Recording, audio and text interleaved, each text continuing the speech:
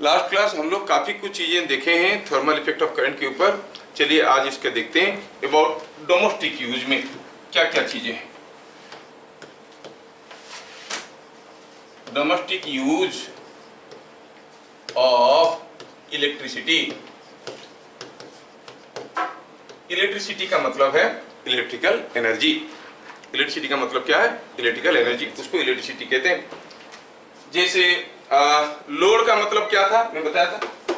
Load मतलब something which draws current, not necessarily consumes power. जो भी कुछ करंट ड्रॉ कर रहा है उसको हम लोड कहेंगे। ड्रॉ कर रहा है, दे नहीं रहा है, ड्रॉ कर रहा है। जो दे रहा है उसको हम कहेंगे सोर्स, है ना। तो इसमें ढेर सारी चीजें एक एक करके हम लोग देखेंगे। सबसे पहला, ऑल अप्लायंसेस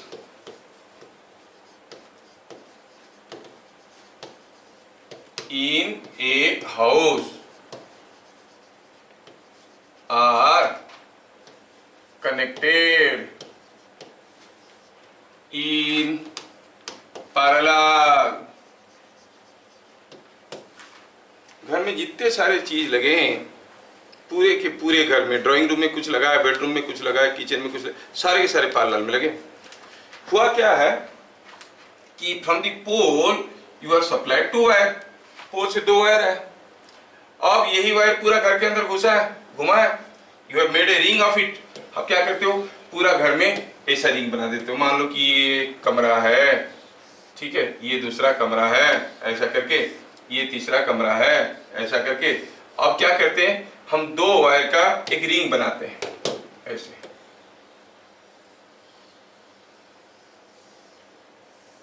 ये हुआ एक, ये हुआ दूसरा। समझ में? वायरिंग हो गया घर का। अब क्या करना है, बाहर से जो सप्लाई आएगा उसको सीधे ऐसे इसके साथ कनेक्ट करेंगे। मतलब अगर ये हाई वोल्टेज है, लो वोल्टेज है, तो ये हाई वोल्टेज रिंग हो गया, ये लो वोल्टेज रिंग हो गया।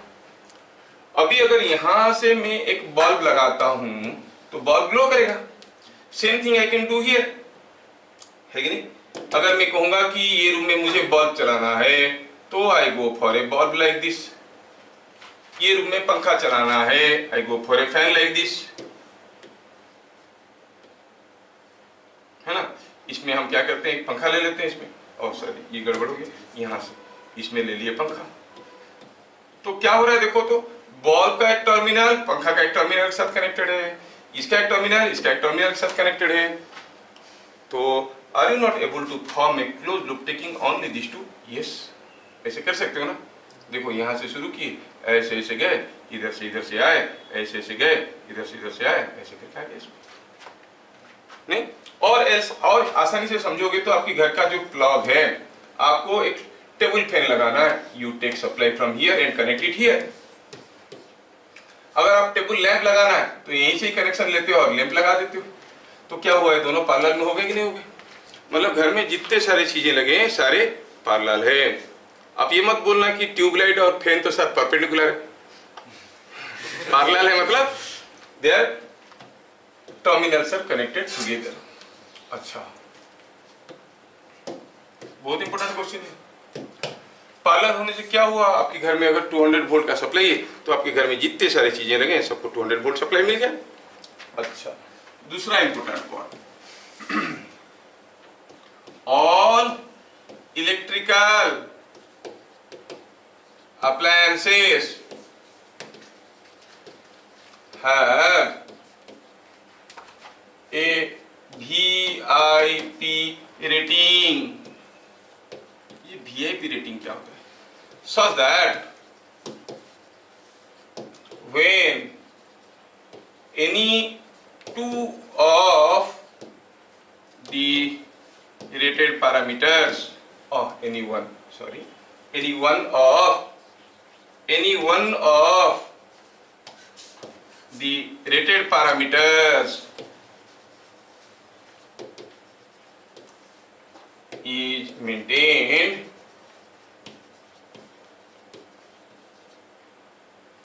the other two are automatically taken care statement समझ लो। VIP रेटिंग मतलब voltage current power rating. VIP means voltage current power rating. कोई भी बल्ब खरीदोगे उसके ऊपर लिखा होगा 60 वाट 200 वोल्ट, है ना, पावर भी लिखा होगा और वोल्टेज लिखा होगा। कोई भी दो चीज लिखा होगा, कहीं पर वोल्टेज करंट लिखा होगा, कहीं पर पावर वोल्टेज लिखा होगा, कहां पर पावर करंट लिखा होगा। समझ में आया? So all electrical appliances have a VIP rating.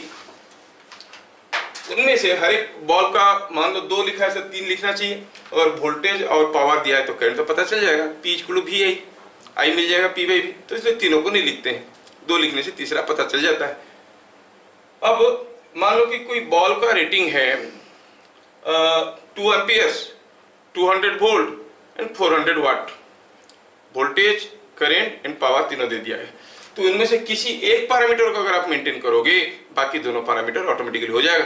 उस बल्ब में अगर आप 200 वोल्ट अप्लाई करोगे, ऑटोमेटिकली 2 एम्पियर करंट जाएगा और पावर कितना होगा 400 वाट। अगर किसी तरह से किसके साथ सीरीज में लेके आप उसके अंदर से 2 एम्पियर करंट पास करवा दोगे तो वोल्टेज हो जाएगा 200 वोल्ट, पावर हो जाएगा 400 वाट। तो कोई एक पैरामीटर को मेंटेन करना है, ये नहीं कि इतना वोल्टेज भी करना है उतना करंट भी देना है, नहीं, कोई एक करो, बाकी दो तो ऑटोमेटिकली हो जाते हैं।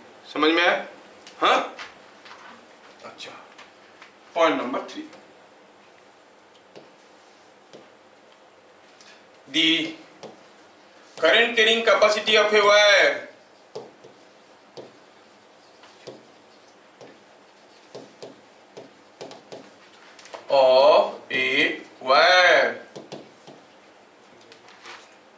depends upon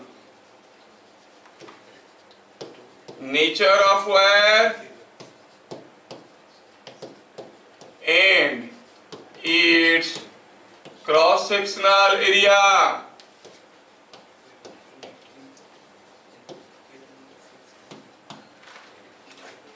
कोई वायर से कितना करंट जा सकता है वो किसके ऊपर डिपेंड करता है? कैपेसिटी मतलब मैक्सिमम करंट कितना दे सकते हैं, वो डिपेंड करता है कौन सा मटेरियल का बना है और कितना मोटा वायर है। जितना ज्यादा मोटा होगा उतनी ज्यादा करंट जा सकता है। जैसे कोई कॉपर वायर है 1 मिलीमीटर स्क्वायर है क्रॉस सेक्शनल एरिया, तो उसमें से 7 एम्पियर तक करंट जा सकता है।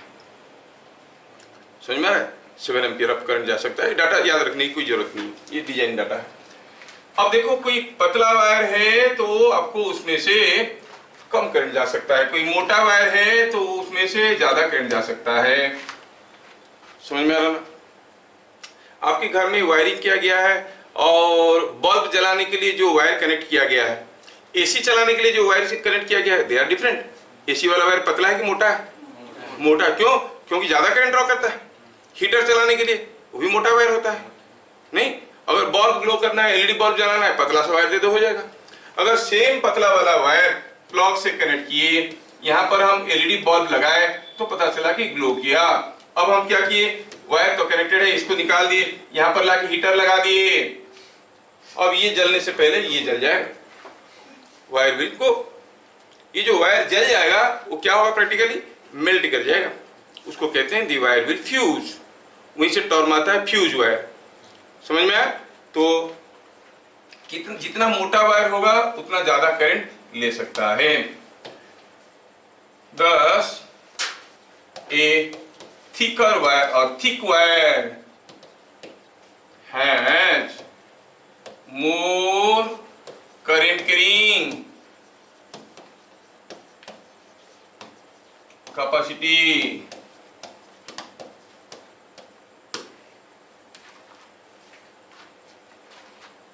समझ में आ रहा है? आपके घर में मान लो कि कोई 100 वाट का बल्ब को ग्लो करना है, ठीक है, 100 वाट का बल्ब को ग्लो करना है। आपके पास 200 वोल्ट की सप्लाई है, तो आपने क्या करोगे, ऐसे देके इसके साथ एक सप्लाई दोगे। 100 वाट चाहिए, 200 वोल्ट में पावर है 100 वाट। क्या बता सकते हो क्या करंट की जरूरत होगा, कितना करंट की जरूरत होगा? V into I is power, तो 0.5 एम्पियर, यस 0.5 एम्पियर करंट की जरूरत पड़ेगा। सपोज आपकी कार का हेडलाइट वो भी 100 वाट का है, वो भी 100 वाट का है कार का headlight, but it is supplied from A 12 volt battery. है कि नहीं। अब इसमें भी ये 100 वाट का है, लेकिन सोचो तो ये कितना करंट ड्रॉ करेगा, 100/12 इज रफली 8 पॉइंट समथिंग। तो सेम पावर की बल्ब के लिए कार में आपको मोटा वायर यूज करना पड़ेगा, जबकि इसमें पतला वायर से काम बन जाता है। अगर यही वायर लगा के कार का वायरिंग कर दोगे उड़ जाएगा, क्योंकि 12 वोल्ट से सप्लाई हो रहा है, उतना पावर देने के लिए बहुत ह्यूज करंट जाएगा। Are you getting? तो current carrying capacity depends upon the cross sectional area. Thicker is the wire, more is the current carrying capacity. वैसे थोड़ा सा आप जान सकते हो, अगर जानना चाहोगे तो I is proportional to R to the power 2/3। R is radius of the wire but not required. ये सिलेबस में +2 के नहीं है, तो आपको नहीं लिखना है, कोई पूछेगा नहीं इसके ऊपर, कोई न्यूमेरिकल। ठीक है, तो अब ये हो गया point number 3। Point number 4, what is a fuse wire? Fuse wire क्या है?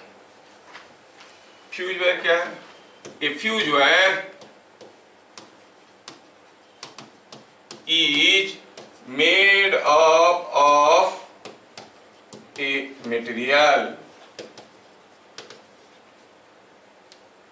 in such a way that when current beyond a specific value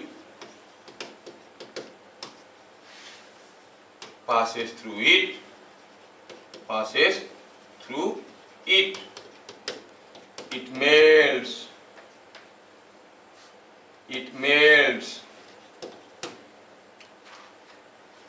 और जब बाजार में करंट वायर खरीदने जाओगे, वो दुकान वाला आपको पूछेगा, देखेगा ये तो कैसा भुतरू भुतरू दिख रहा है, पढ़ा लिखा नहीं लग रहा है। आप जाके क्या बोलोगे? मेरे को वायर चाहिए। कैसे खरीदोगे बाजार में वायर? जाके बताओ क्या बोलोगे? आपको वायर चाहिए, क्या कहोगे? आपको कहना चाहिए मुझे 5 एम्पियर वाला वायर चाहिए, 10 एम्पियर वाला वायर चाहिए, है ना। और अगर आपको मालूम नहीं कि कितना एम्पियर वाला वायर चाहिए, तो दुकान वाला चालाक बनता, पूछेगा क्या करने के लिए चाहिए बताओ? मुझे हीटर चलाना है। अच्छा हीटर चलाना है, उसको मालूम है कितना वायर का, कितना मोटा वायर देना। नहीं एसी चलाना है, उसके हिसाब से दे देगा। नहीं तो सर्विस मेंस लेना है, मतलब पूरा पोल से घर तक पावर, सारा करंट उधर से आएगा, तो और मोटा वायर दे देगा। समझ में आ रहा है? तो जब भी हम वायर खरीदने जाते हैं, और जो टेक्निकली जो करते हैं वो लोग गेज में मेजर करते हैं। What is the gauge of a wire? It is 1 diameter.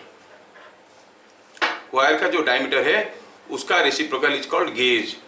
मतलब 18 गेज वाला वायर ज्यादा मोटा है कि 20 गेज वाला वायर ज्यादा मोटा है? 18 यस। वो लोग गेज में बोलेंगे, वो बोलेगा 20 गेज का वायर लगा दिए। आप थोड़ा पढ़े लिखे हो, बोले नहीं मेरे को मोटा वायर चाहिए, 22 गेज का लगाओ। बोलेगा तो बेवकूफ है, 22 बोल रहा है मतलब पतले के बारे में बोल रहा है। आपको बोलना चाहिए मोटा चाहिए मतलब 18 गेज में जाओ, 16 गेज में जाओ। टेक्निकल यूज टर्म गेज, अंग्रेज का दिया हुआ टर्म है GAU, ठीक है, गेज करके कहते हैं वो लोग। क्या कहते हैं? It is 1 diameter. ठीक है, अच्छा ये बात हो गया। तो अब हम देखें कि जो करंट कैरिंग कैपेसिटी किसी एक वायर का है, उसका क्रॉस सेक्शनल एरिया के ऊपर डिपेंड तो करता है। क्या ये लेंथ के ऊपर डिपेंड करता है? सोचो तो, लेंथ के ऊपर डिपेंड नहीं कर सकता। जैसे आप वायर खरीदने जाते हो, 5 एम्पियर वाला वायर, मतलब जो करंट 5 एम्पियर करंट विथस्टैंड कर सकता है, कितना भी लंबा लो उसमें 5 एम्पियर जा सकता है। ये टुकड़ा से 5 एम्पियर जा सकता है, तो इसमें भी 5 एम्पियर जा सकता है। तो लेंथ के ऊपर डिपेंड नहीं करता है। अच्छा, इसीलिए फ्यूज वायर हम लोग क्या यूज कर रहे हैं? ऐसा एक मटेरियल का यूज करते हैं कि अगर मान लो कि 5 एम्पियर वाला फ्यूज वायर है, उसके अंदर अगर 5 एम्पियर से ज्यादा करंट गया, ये संभाल नहीं पाएगा। क्या होगा? मेल्ट कर जाएगा। मेल्ट कर जाएगा मतलब डिस्कनेक्ट हो जाएगा। इसको सर्किट ब्रेकर जैसे यूज करते हैं। आजकल यूज होना बंद हो गया है, जब से मिनिएचर सर्किट ब्रेकर आ गया, MCB सर्किट्स आ गए, तब से ये बंद हो गया। लेकिन पहले फ्यूज वायर हर जगह लगते थे, लेकिन कोर्स में तो है, गया नहीं अभी। A fuse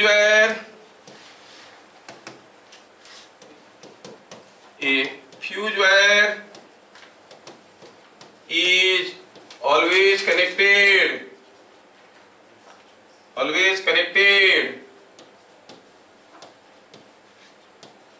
in series with main supply के साथ सीरीज में रहता है ऑन हाई वोल्टेज साइड।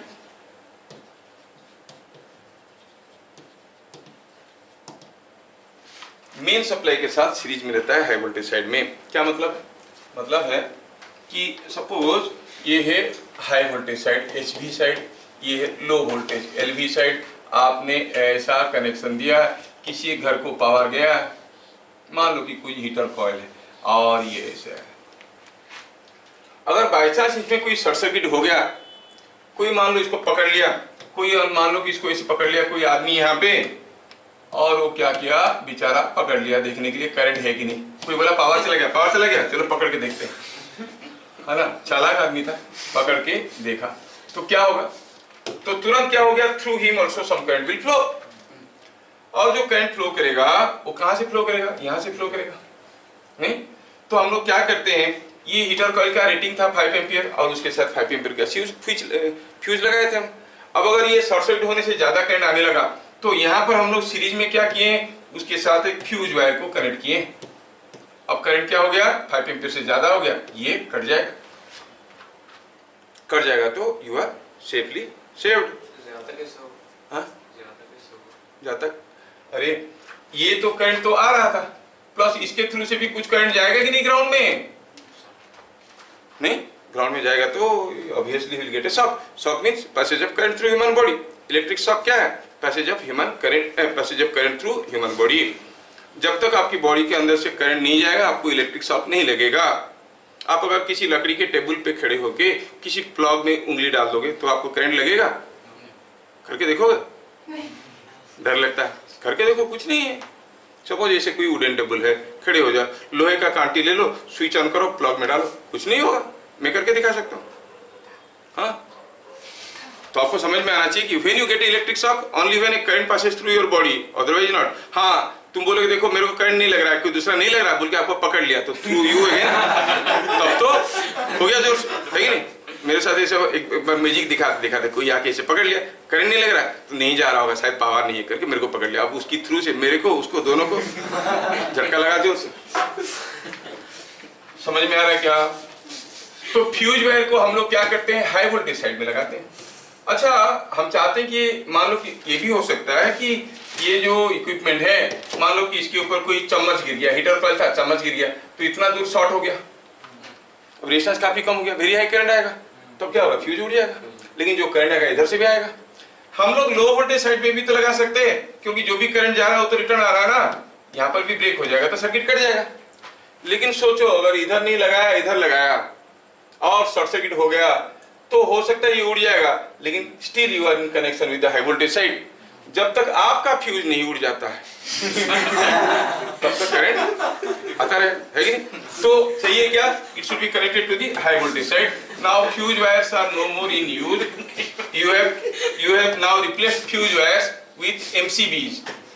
देखे हो ना, मिनिएचर सर्किट ब्रेकर, सुने होगे, देखे हो, छोटे छोटे से काले काले से होते हैं, हाँ, ठुक ठप करके गिर जाते हैं। उस उल्टा होता है, ऊपर उठाओ तो ऑन होता है, नीचे गिरता है तो ऑफ होता है। बाकी स्विच नीचे गिरे तो ऑन होता है, इसको ऊपर उठाओ तो ऑन होता है। क्या होता है कि उसमें एक स्विच है, यहाँ पर एक स्विच है सपोज, और इसके नीचे क्या होता है, कॉइल होता है।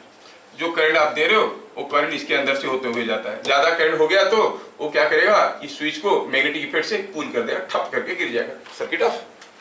छोटा सा एक मैग्नेटिक इफेक्ट है अंदर, खींच ले मैग्नेटिक, समझ में? तो इसका मिनिएचर सर्किट ब्रेकर। हाँ, एक स्विच को किसी बल्ब के साथ कैसे कनेक्ट करते हैं, स्विच को बल्ब के साथ कैसे कनेक्ट करते हैं, इन सीरीज नहीं। अच्छा, तो how we connect a fuse wire, a fuse wire is always connected in series with a main supply on high voltage side, ठीक है। तो क्या आपको अगर एक बल्ब दिया गया और ये बल्ब है और कुछ वायर दिया गया, जितना वायर आप मांगोगे, एक सोर्स दिया गया और कुछ वायर दिया गया, क्या इसका वायरिंग आप कर सकते हो? कैसे करना है, यहाँ से वायर ले आओ, जोड़ दिया, यहाँ से ले आओ, जोड़ दिया। स्विच लगाना है, कहाँ लगाओगे, इसके साथ स्विच लगाओ, इसको काटो यहाँ से, you connect the switch here, switch on करो ऑफ करो कुछ भी करो अकॉर्डिंगली चलेगा। इधर नहीं लगाते, इधर लगाते हैं हाई वोल्टेज साइड में। क्यों? क्योंकि इधर लगाएंगे तब भी इसमें चार्ज रहेगा। इधर काट दी तो गया, सर्किट कट गया। स्विच को हाई वोल्टेज साइड में सीरीज में लगाते हैं। छोटा मोटा कनेक्शन तो तुम लोगों को मालूम होगा, मालूम है ना। चलो तुम लोगों को एक टास्क देते हैं, फिगर बना के लाना। मेरे पास एक बॉल्ब है, ये बॉल्ब, ये छोटा सा वाल्व देता हूं, अपना दिमाग लगा के करके लाओ, जिसको कहते हैं स्टेयरकेस वायरिंग। दिमाग लगाओगे थोड़ा अच्छा लगेगा। अब यहां पर आपके घर में सप्लाई है, आप चाहते हो कि इधर चाहे तो दो स्विच रहेगा, इधर ऑन ऑफ कर सकते हो, इधर भी ऑन ऑफ कर सकते हो। You want get two switches. जैसे वो स्टेयरकेस में होता है, नीचे जाते वक्त हम लोग ऑन करके ऊपर जाते हैं, ऊपर ऑफ करके बाहर निकल जाते हैं, आते वक्त फिर ऊपर से ऑन करते हैं, नीचे ऑफ करके निकल आते हैं। मतलब हर एक स्विच से ऑफ ऑन कर सकते हो। बनाओ सर्किट वायरिंग, देखेंगे। अपना दिमाग लगाना, कोशिश करना कि ऐसे हमें वायरिंग करना है कि यहाँ से भी ऑन ऑफ कर सकते हैं, यहाँ दो स्विच रहेगा, दोनों में ऑन ऑफ कर सकते हैं। हाउ विल डू इट, समझ में आया? कोशिश करना बनाने की। छोटे छोटे दिमाग पे लगाओगे तो थोड़ा इंजीनियर लगेगा। कितना छोटा सा तो काम दिया। क्या बात समझ में आ रहा है? पहली बात तो हुआ ये। दूसरा हुआ कि when we get electric shock only when a current passes through your body. नहीं, सोचो कि ये कोई एक स्टील चेयर है और यहाँ पर कोई एक आदमी ऐसे बैठा हुआ है। स्टील चेयर है, कौन सा चेयर? आयरन और स्टील चेयर। अब यहाँ पर कोई हाई वोल्टेज साइड का पावर लाइन इसको दे दिया, ठीक है। क्या ये आदमी को शॉक लगेगा? हाँ या ना? नो। Yes sir. नो, क्योंकि current will go from higher potential to ground. अब जब ग्राउंड से जाएगा, ये स्टील है तो ये कंडक्टिंग है, तो इसका कोई रेजिस्टेंस तो है नहीं, तो all the current will go through the zero resistance path. तो ये आदमी में करंट गया क्या? When there is no current through the body, he will not get a shock. अब दूसरा केस लेते हैं। सपोज ये स्टील चेयर है, समझ में आ रहा ना। मान लो कि ये केन चेयर है, ये आदमी बैठा है केन चेयर के ऊपर और स्टील का बनाया हुआ है, बेचारा ऐसे इधर बैठा है, इधर लोहे का है और बीच में ये वाला हिस्सा क्या है? केन बना है। समझ में आ रहा है? ये वाला हिस्सा फाइबर का है। क्या अभी इसको शॉक लगेगा? आएगा करंट, यहाँ से घुसेगा एग्जैक्टली यहाँ पे और यस सर। फिर गेट शॉक, है कि नहीं? अरे लगेगा नहीं लगेगा?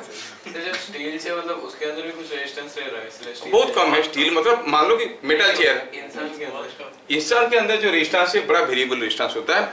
Initially it gives high resistance, once current passes it becomes suddenly low. Blood का ऐसा है कि करंट जैसे जब तक नहीं गया होगा तब तक हाई रेजिस्टेंस दिखाएगा, जैसे करंट जाना शुरू किया सडनली रेजिस्टेंस लो हो जाता है, ठीक है। वो शुरू से जाएगा ही नहीं। क्या मेरी बात समझ में आ रहा है? अगर सपोज ये आदमी कोई एक वुडन चेयर पे बैठा है, सोचो ये सारा क्वेश्चन घुमा फिरा के आपके चक्कर में आ सकता है। Suppose a man is sitting on A wooden chair. अब आप हाई वोल्टेज से लाके आदमी को करंट दिए, क्या आपको करंट लगेगा? नहीं। कहाँ जाएगा करंट? घूमेगा तो जाएगा कहाँ? करंट को क्लोज लूप नहीं मिलेगा तो नहीं जाएगा, because it's a wooden chair, you will not get any shock.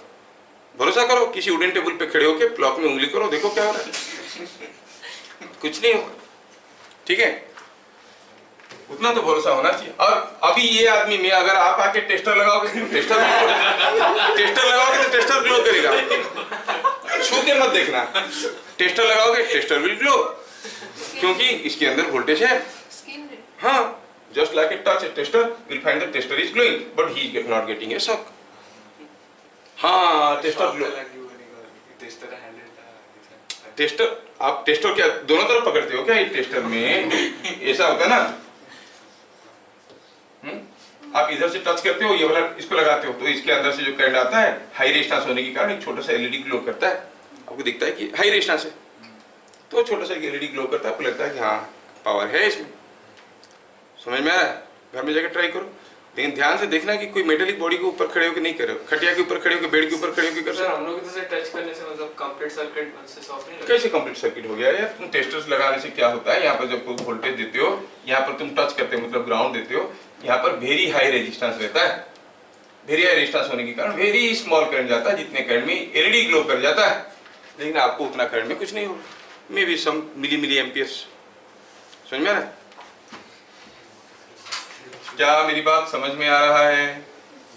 Yes. तो क्वेश्चन तो किसी भी रूप में आपके सामने आ सकता है। अच्छा, तो हम लोग अभी क्या देखें, थोड़ा सा रिवाइज कर लेते फिर आगे बढ़ेंगे। All appliances in a house are connected in parallel. All electrical appliances have a VIP rating so that when any one of the rated parameter out of VIP, voltage, current and power, is maintained, the other two are automatically taken care.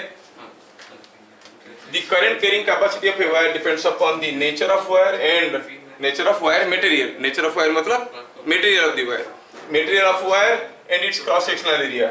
Thus a thick wire has more current carrying capacity. Thick wire का ज्यादा current की capacity है। A fuse wire is made up of a material in such a way that when a current beyond a specific value passes through it, it melts and disconnects the circuit. Melts मतलब disconnect कर देता है, ठीक है। A fuse wire is always connected in series with main supply on high voltage side. क्या सारा चीज समझ में आया? आगे का चीज आपका स्कूल का है, बहुत इंपॉर्टेंट है। अब हम लोग जूल्स लॉ पढ़ चुके हैं। The electrical energy in terms of heat generated is given by I square RT joules, but joule is a very small unit of electrical energy. ये बहुत छोटा यूनिट है, ठीक है। तो लिखेंगे, वही पूछेंगे वो लोग। पहला चीज लिख देते हैं, joule is a very small unit of electrical energy. Joule is a very small unit of electrical energy.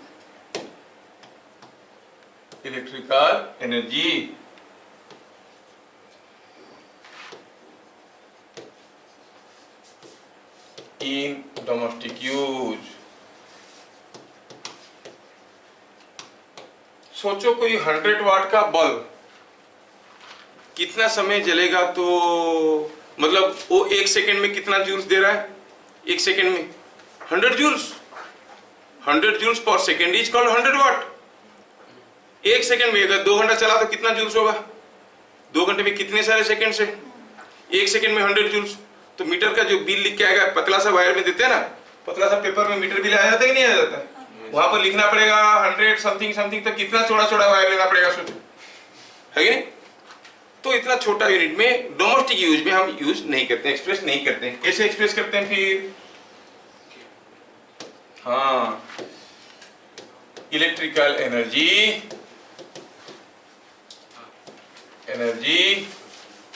Is expressed in terms of kilowatt our.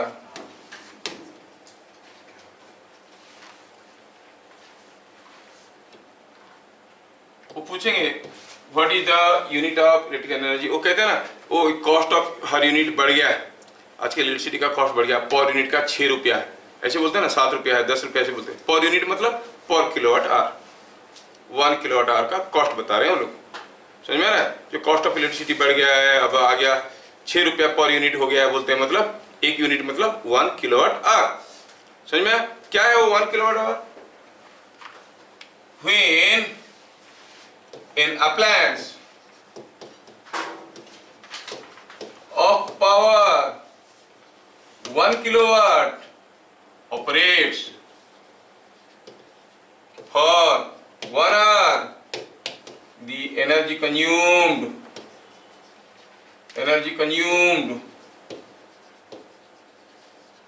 is equal to 1 kilowatt hour।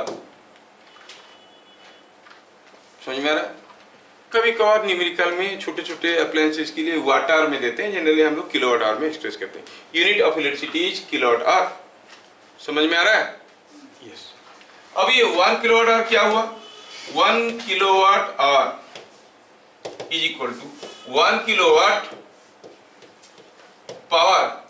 1 kilowatt power कितनी समय के लिए चला? 1 our. Power into time क्या होता है? Energy. Energy by time होता है power. Power is rate of doing work, W by T, और एनर्जी बाई टाइम। तो एनर्जी क्या हो गया? पावर इनटू टाइम, है कि नहीं? अच्छा, तो हम कहेंगे 1 kilowatt hour is 1 kilowatt into 1 hour. अगर इसको हम जूल में एक्सप्रेस करना चाहेंगे तो लिखेंगे it is 1000 watt into 3600 seconds, है कि नहीं? तो कितना जूल हो गया ये हो गया 36 into 10 power 5 joule, 36 lakh joules. तो हम लोग 1 यूनिट का कॉस्ट है 6 रुपया, मतलब अगर कहेंगे 36 इंटू 10 पावर 5 जूल्स का 6 रुपया तो लिखने में थोड़ा मुश्किल लगता है। How we write it in terms of kilowatt hour. 1 kilowatt hour is costing you 6 rupees, ऐसे करके लिखते हैं। क्या बात समझ में आ रहा है? ठीक है।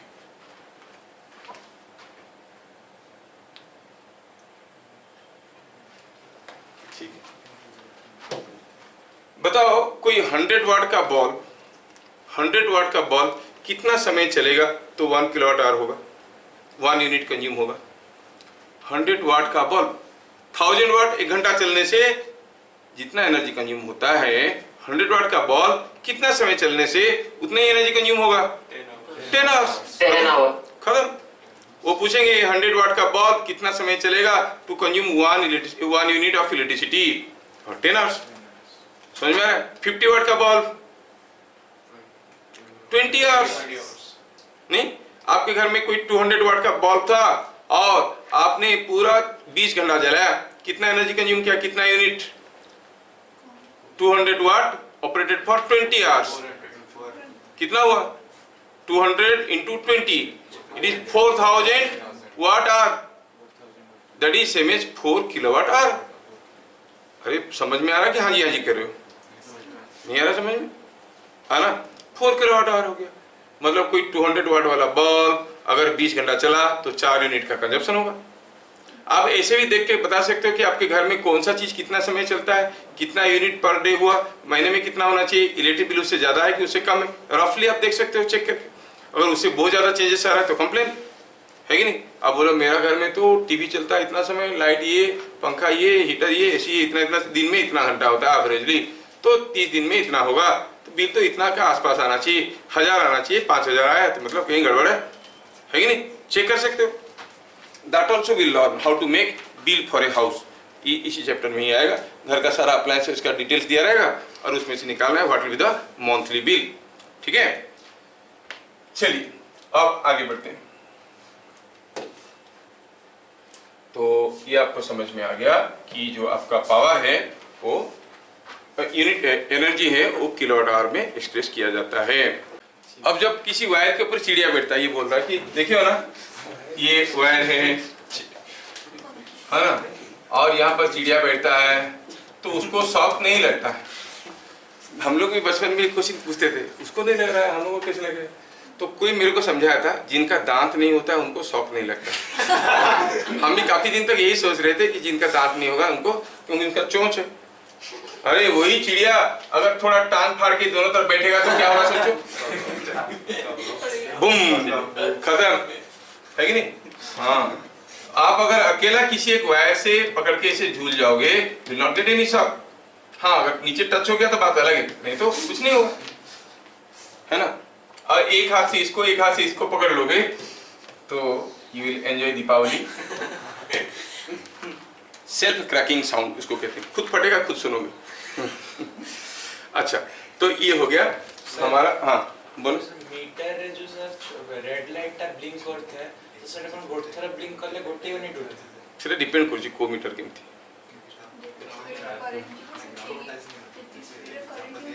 ठीक है, अब तुम लोग सारा अभी पढ़ लोगे तो इंजीनियरिंग क्यों पढ़ोगे? हैं? मैं 8 साल पढ़ाऊंगी इलेक्ट्रिकल इंजीनियरिंग को और तुम लोग 2 महीना पढ़े हो अभी नहीं? हाँ, चलिए अब next important thing, power supplied by battery. ये बात है, ये चीज एक्स्ट्रा है, ये आपकी स्कूल बुक में है नहीं। बैटरी कितना पावर सप्लाई करता है, ठीक है। तो हमारे पास एक बैटरी है और उसका अपना इंटरनल रेजिस्टेंस भी होगा। हमने यहाँ पर एक रेजिस्टेंस लगा दिया और ये इसका इंटरनल रेजिस्टेंस ये में ई है। तो करंट जैसे पास करेगा तो यहाँ पे तो हीट जनरेट होगा ही होगा, यहाँ पे भी हीट जनरेट होगा। बैटरी भी गर्म होता है नहीं, जो बैटरी की यूज करते हो गर्म होता है कि नहीं होता है? मोबाइल को काफी समय चलाते हो गर्म हो जाता है। तो ये भी गर्म होगा, ये भी गर्म होगा, लेकिन ये ज्यादा गर्म होता है। मान लो कि हीटर कॉइल है, आपको चाय बनाना है, अब केटल को कहाँ पर बैठाओगे? कॉइल के ऊपर कि बैटरी के ऊपर? बैटरी गर्म हो रहा है लेकिन उतना भी गर्म नहीं हो रहा है कि चाय बनाया जाए। मतलब ये जो पावर है, पता चला ये भी गर्म हो रहा है, इसमें चाय बना दिया, इसमें अमूल बैठा दिया, दोनों को मिलाकर, ऐसा नहीं बनता। तो इसमें अब इसका मतलब इसमें जो हीट जनरेट हुआ वो बैटरी का एनर्जी को खाया, लेकिन हमारा किस काम में आया क्या? नहीं, इससे लॉस ऑफ एनर्जी। हमारा यूजफुल एनर्जी क्या है? जो यहाँ पे मिल रहा है कि नहीं? The useful energy is the energy here. तो useful power is equal to power developed across load, कौन सा? आर। कितना होगा? पॉइंट नंबर 1 की बात कर रहे हैं, कितना होगा? It is I square into R, जो करंट आ रहा हो। आई कितना है? आई कितना है? ध्यान से देखो तो आई कितना है यहाँ पे? I is the current, how much it is?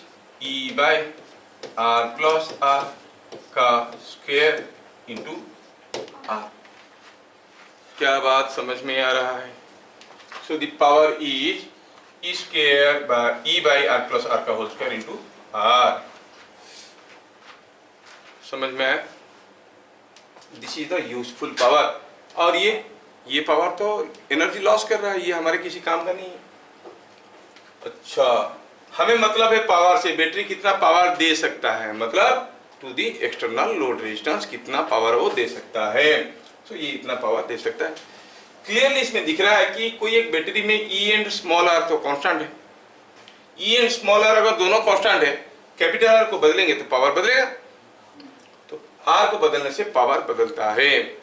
हमें चाहिए मैक्सिमम पावर, तो क्या लगाएंगे? आर का वैल्यू। समझ में आया? आर का वैल्यू क्या होने से पावर मैक्सिमम होगा? So before that I would like to plot the variation of power. ध्यान से देखो, बुक में तुम्हारा नहीं मिलेगा। I want to plot the useful power with R। ये है power, useful power. You call it P nought. P nought क्या है? P nought is useful power, नाम दे देते हैं। P nought is equal to क्या है? ये यूजफुल पावर है। फॉर्मूला हो गया ये। हम ड्रॉ करना चाहते हैं वेरिएशन ऑफ यूजफुल पावर। ये हो गया E by R plus R का होल स्क्वायर इंटू आर। सोचो जो रेजिस्टेंस आर था, कैपिटल आर को बदलेंगे, पावर देखेंगे, है ना? ध्यान से देखो, बड़ा इंटरेस्टिंग रिजल्ट आने वाला है। बुक में नहीं है बोल रहा हूँ, जबकि ये सब क्वेश्चन आएंगे, स्कूल में भी नहीं पढ़ाएंगे 12th में, लेकिन ये एडवांस में आ जाएंगे। हाँ, तो क्या बोल रहे थे? जब आर का वैल्यू 0 ले लेंगे, तो जब आर का वैल्यू 0 ले लेंगे, करंट तो बहुत ज्यादा होगा, लेकिन पावर क्या होगा? 0। आई स्क्वायर आर होता है पावर। अगर I is the current here, I square R होता है पावर। आर 0 हो गया तो पावर 0 हो गया। तो इसका मतलब when R is 0 power is 0। अच्छा, R को अगर हम बहुत ज्यादा कर लेंगे, ये फॉर्मूला है आपके सामने, suppose R is made infinite, तो इनफाइनाइट हो जाएगा तो current will be very small, current will be very small, negligibly small. और when a small quantity, suppose current is 10 to the power, suppose current is 10 to the power -5 ampere, उसका square और भी छोटा हो गया, है कि नहीं? आई स्क्वायर आर है तो पावर क्या होगा? फिर से 0। समझ में आ रहा है कि नहीं? फिर R is very high, the power is again 0। लेकिन बीच में हर एक वैल्यू ऑफ आर के लिए कुछ कुछ पावर मिलेगा, मिलेगा कि नहीं मिलेगा? इसका मतलब ये हुआ कि when R is 0, power output is 0. When R is infinite, power output is also 0. लेकिन बीच में तो 0 नहीं है. For every value of R there is some power. मतलब क्या हो रहा है सोचो, सोचेंगे तो हम कहेंगे कि पक्का पावर बढ़ रहा होगा फिर घट के 0 हो रहा होगा. इधर भी 0 इधर भी 0, लेकिन बीच में तो है कि फिर घट रहा होगा. Are you getting? क्या बात सबको समझ में आया? तो पक्का बीच में पावर बढ़ रहा होगा फिर घट के 0 हो रहा होगा. मैक्सिमम कब है? कब ये पावर मैक्सिमम होगा? मतलब R का वैल्यू क्या लगा देंगे कि R का वैल्यू पावर का वैल्यू मैक्सिमम होगा. It needs little calculus. इसका डिफरेंशिएशन करना पड़ता है. इक्वल टू 0 करो तो काम बनता है, लेकिन थोड़ा हम लोग डाटा को एक्सेप्ट कर लेंगे. मैं जो बोल रहा हूँ सच बोल रहा हूँ, कहोगे तो गीता पे हाथ रख के बोल देंगे. T0 is और power is maximum when capital R is equal to small r. ये याद रखना, कैपिटल R का वैल्यू जब स्मॉल r होगा तब पावर कितना होगा? मैक्सिमम होगा. क्या मेरी बात समझ में आ रहा है? कैपिटल R का वैल्यू स्मॉल r के बराबर होगा तो पावर मैक्सिमम होगा. सो क्या बता सकते हो what is the maximum power that a battery can supply? Capital R की जगह स्मॉल r लिखिए. E by R plus R का whole square into R. Is it coming square by 4R? Yes. कोई बैटरी का EMF E है, internal resistance R है, तो कितना मैक्सिमम पावर दे सकता है? Square by 4R. इससे ज्यादा पावर उसे आप ले नहीं सकते. और ये लोगे भी तो लॉस में रहोगे. कैसे? अगर ये कैपिटल R का वैल्यू R का बराबर हो गया, कैपिटल R का वैल्यू R का बराबर हो गया, इधर तो हीट जनरेट होगा. ये भी वैल्यू R है, ये भी R है. इसमें जितना हीट होगा उसमें उतना ही हीट होगा. चाहे इस पे बैठाओ या उस पे बैठाओ, कोई फर्क नहीं पड़ने वाला. दोनों इक्वली हॉट होंगे. मतलब 50% energy will be lost. 50% energy loss हो जाएगा बैटरी का. इसलिए उसको मैक्सिमम पावर में नहीं चलाते. खैर, आपको याद रखना है कि पावर मैक्सिमम कितना हुआ? Square by 4R. मतलब ये जो पावर है मैक्सिमम कितना होगा? Square by 4R. क्या बात समझ में आ रहा है? हाँ, याद रहा? कोई बैटरी के अक्रॉस में कितना रेजिस्टेंस लगाने से मैक्सिमम पावर मिलेगा वहीं पे? When capital resistance is equal to capital R is equal to small r internal resistance of the battery. अच्छा, यहाँ पे और एक चीज समझ में आ रहा है सामने. थोड़ा ये भी डायग्राम को देखो तो अभी अभी हम ड्रॉ करते हैं और देखते हैं कि ये जो हमारा पावर का वेरिएशन हमने प्लॉट किया, हम देखें कि पावर कुछ ऐसा था. ये पावर था. हम देखें कि पावर तो मैक्सिमम था, कहीं यहाँ पे मैक्सिमम था. कहाँ पे? जब R का वैल्यू स्मॉल r था. लेकिन और एक इंटरेस्टिंग चीज मिल रहा है. एक बैटरी से पर्टिकुलर पावर ड्रॉ करने के लिए, to draw a particular amount of power, मुझे ये पावर चाहिए. तो मेरे पास दो पॉसिबल रेजिस्टेंसेस है. ये रेजिस्टेंस में जितना पावर हो रहा है, ये रेजिस्टेंस में भी उतनी ही पावर हो रहा है. अगर कोई बैटरी से एक पर्टिकुलर पावर चाहिए, आपको 50 वाट ड्रॉ करना है, आप R1 लगाओ या R2 लगाओ, चलेगा. There are two possible values of resistances for which same power can be drawn. क्या मेरी बात समझ में आ रहा है? R1 लगा दोगे जितना पावर आएगा, R2 लगा दोगे उतनी पावर आएगा, दोनों में बराबर पावर आएगा. अब हम जानना चाहते हैं कि R1, R2 और R में रिलेशन क्या है. ठीक है, ठीक है. Let R is equal to R1 and R is equal to R2 develop same power. ये दोनों सेम पावर डेवलप करते हैं. मतलब R1 लगाओगे जितना पावर होगा, R2 लगाओगे उतना ही पावर होगा. R1 लगाओगे तो कितना पावर होगा? अभी अभी तो हम लोग फॉर्मूला देखे थे, square R by R plus R का होल स्क्वायर, ऐसे था ना. अब R1 लगाएंगे तो ये R1 हो जाएगा. R2 लगाएंगे तो square R2 by R2 plus R का होल स्क्वायर. ये दोनों पावर बराबर है. तो क्या दिखने में आया हमें? ये स्क्वायर स्क्वायर तो गया नहीं.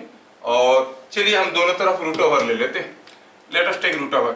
आपको मिलेगा root over of R1 by R1 plus R is equal to root over R2 by R2 plus R। नहीं, अब ये दोनों को मारपीट करिए और इसमें से स्मॉल r का वैल्यू निकालिए, क्रॉस मल्टीप्लाई, सिंप्लीफाई। चलिए हम निकाल देते हैं इसमें, चलिए निकालते हैं। It is root over of R1 into R2 plus R is equal to root over of R2 into R1 plus R,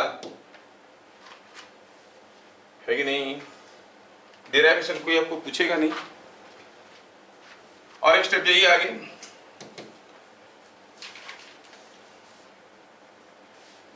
आप एक काम करो, दोनों तरफ root over of R1 R2 divide कर दो, दोनों तरफ root over of R1 R2 divide कर दो तो आपको कुछ आसान चीज मिल जाएगा। If you divide root over of R1 R2 here, calculation के लिए आसान होगा, और निकालो भी तो क्या फर्क पड़ता है, निकाल लेते हैं। चलो, तो क्या मिला इसमें से देखो, it is giving you root over of R1 into R, इधर आ गया root over of R2 into R, तो आप इसको लिख सकते हो root over of R1 minus root over of R2 into R, दोनों टर्म इधर ले आए, और इधर था क्या root over of R2 into R1, ये इधर आ गया minus root over of R1 into,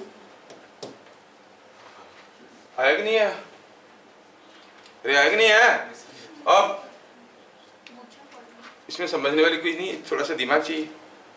मैं root over of R2 into small r को इधर ले आया, root over of R1 into R2 को इधर ले लिया, बाकी जो था वही रखे, कुछ अलग तो किया नहीं, थोड़ा मैथमेटिकल जगलरी।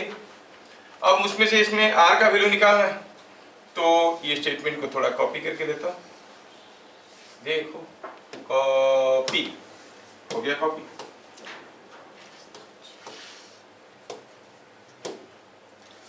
अब इसमें हम इसको ऐसे भी लिख सकते हैं कि root over of R1 minus root over of R2, root over of R1 minus root over of R2 whole into R, और इधर से root over of R1 R2 को कॉमन ले लिया।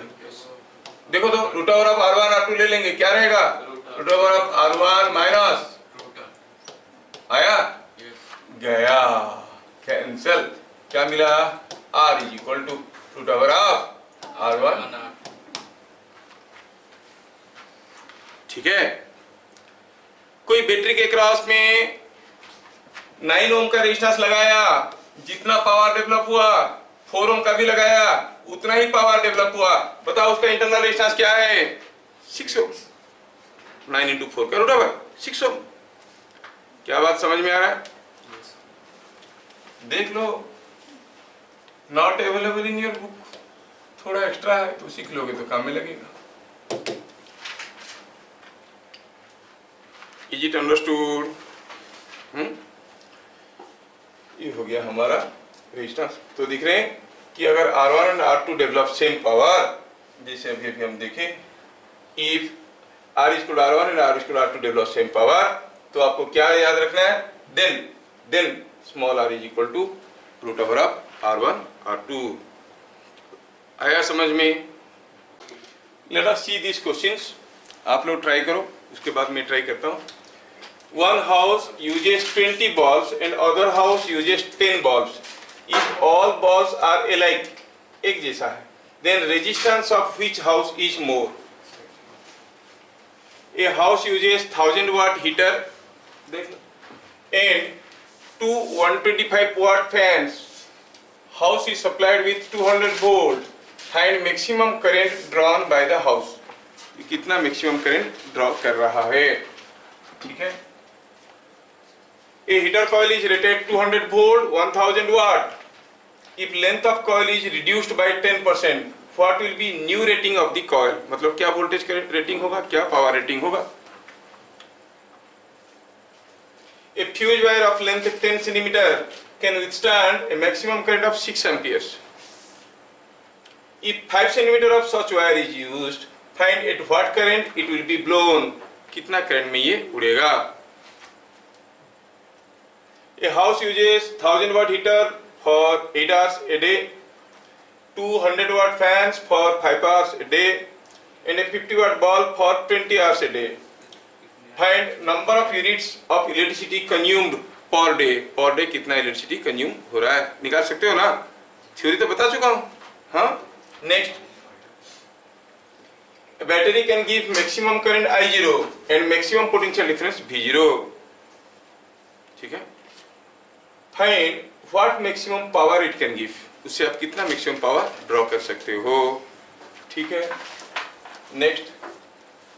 N number of similar cells can be connected either in series or in parallel. Find in which case more power can be drawn from the combination. Series में लगाएंगे तो ज्यादा power draw कर पाएंगे कि पैरेलल में लगाएंगे तो ज्यादा पावर ड्रॉ कर पाएंगे. सीरीज में लगाने से ज्यादा वोल्टेज होगा कि ज्यादा करंट होगा? वोल्टेज क्या हो जाएगा? E N times N E. Voltage ज्यादा मिलेगा, करंट कम मिलेगा. पैरेलल में ज्यादा करंट होता है. हर एक बैटरी देगा ई बाई आर, पैरेलल लगे हैं तो एन ई बाई आर, है कि नहीं? So when they are in parallel they give more current, when they are in series they give more voltage. कैसे लगाएंगे कि मैक्सिमम पावर मिलेगा? सारे को सीरीज में लगाएंगे कि पैरेलल में लगाएंगे? Similar cells. In figure shown find for what value of R the power developed across it will be maximum. आर का वैल्यू क्या होने से यहाँ पर मैक्सिमम पावर होगा. And also find the value of maximum power. कितना मैक्सिमम पावर हो सकता है ना? इजी क्वेश्चन, तुम लोग तो कर लोगे. ठीक है. Here R is a variable resistance. Comment if the power across R will increase or decrease. ये R एक वेरिएबल रेजिस्टेंस है. R में वेरिएबल है, R को बदलने से पावर बढ़ेगा कि घटेगा बताना है.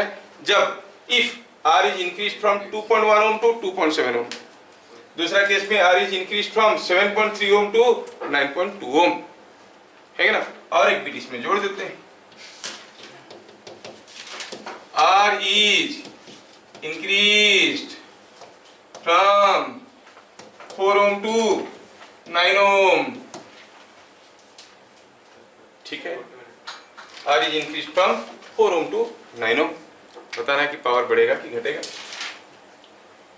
एंड द लास्ट वन, ये फिगर में आपको बताना है कि for what value of R the power across it will be maximum. R कितना लगाएंगे, R का वैल्यू क्या होगा, तो यहाँ पर मैक्सिमम पावर होगा. Hope you will all try them. फिर मिलेंगे अगले क्लास. तब तक के लिए जय हिंद.